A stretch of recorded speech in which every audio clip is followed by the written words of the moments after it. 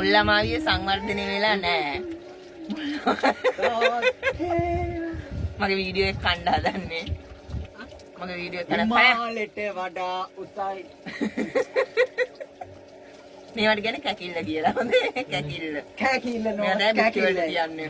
වහලෙට තියලා පටි ගන්න මේවා තමයි පස්සෙන එක නවත්තන්නේ මේවා තියලා ගහලා. මේවා දිරන්නේ නැහැ, දිරනවා අඩුයි. ඒක නිසා තමයි මේවා ගන්නෙ. මේවා අවුරුදු 50කට ගියත් දිරනවා අඩුයි.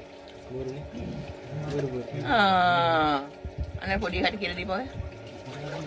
ලස්සනයිද? මේකත් තමයි. අපි දැන් කතා කරන්න ඕනේ විට ගැන. විට ගැන කතා කරන්නේ. කතා කරද්දී උඩ විට තියලා ඉවරයි. හැවොම කියන විට කන්න එපා කියලා. හොඳේ. ඕගොල්ලෝ පොඩ්ඩක් කල්පනා කරන්න අපි මේ එන කොච්චර අපි මේ එන වලක ඉන්නේ නේද? වලක ඉන්නේ.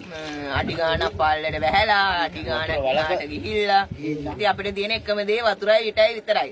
දැන් මේක අපේ පතලේ විතරක් නෙමෙයි විට කන්නේ. නම පතලක මිනිස්සු විට කනවා. ඒතර කෙල ගහන ප්‍රශ්නේ.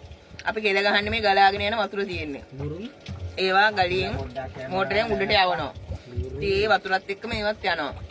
අපි විතරක් නෙමෙයි විට කන්නේ පතල කරන හැමෝම විට කනවා. මොටර නෑ. අනිත් එක දවසේ පැය 24 විට කාගෙන ඉන්නේ මේ වැඩ කරන වෙලාව විතරයි ඒකත් ඉතින් විට දෙක තුනක් යවෙන්නේ. ඔය වීඩියෝ කරන වෙලාවට ඉතින් පොඩ්ඩක් ගන්නවා.